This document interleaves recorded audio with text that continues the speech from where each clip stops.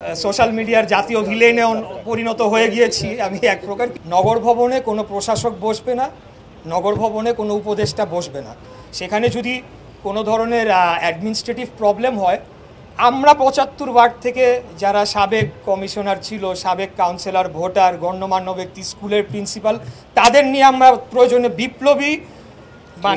বিপ্লবী ঢাকা কাউন্সিল টাইপের কিছু করে আমরা সেখানে সাময়িকভাবে নিয়োগ দিয়ে আমরা নগর ভবন চালাবো। কিন্তু এটাকে আমরা খুব স্পষ্ট ভাষায় বলতে চাই যে এখান থেকে ফিরে আসার কোনো সুযোগ নাই, এখান থেকে হার মানার কোনো সুযোগ নাই।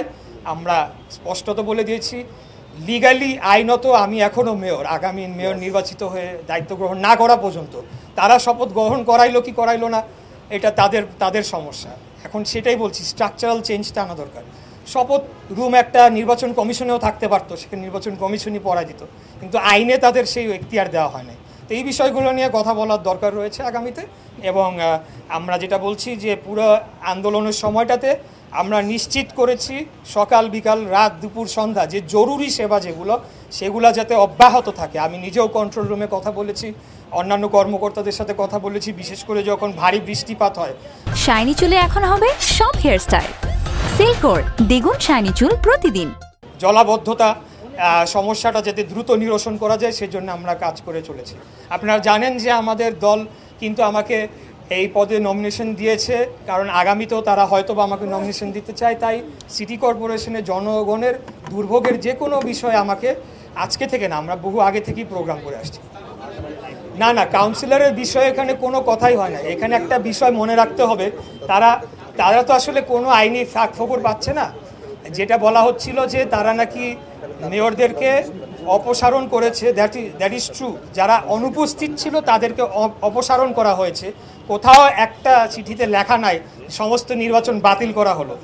আর যদি হয়েও থাকে, আমারটা ছিল সাব জুডিস, অর্থাৎ কোনো নির্বাহী আদেশে এটা বাতিল হতে পারে না। অনেক ব্যাখ্যা তারা দেওয়ার চেষ্টা করেছে, অনেককেই তারা মাঠে নামিয়েছে। অনেক বড় বড় ব্যারিস্টার সাহেবরা বলেছে এখন তো একটা জাতীয় সোশ্যাল মিডিয়ার জাতীয় ভিলেনে পরিণত হয়ে গিয়েছি আমি এক প্রকার। কিন্তু আসলে হলো আমার বিশ্বাস যে সাধারণ জনগণ একদিন আমার এই ভূমিকাটা বুঝতে পারবে যে কেন আমি আজকে এই পদক্ষেপটি নিয়েছিলাম।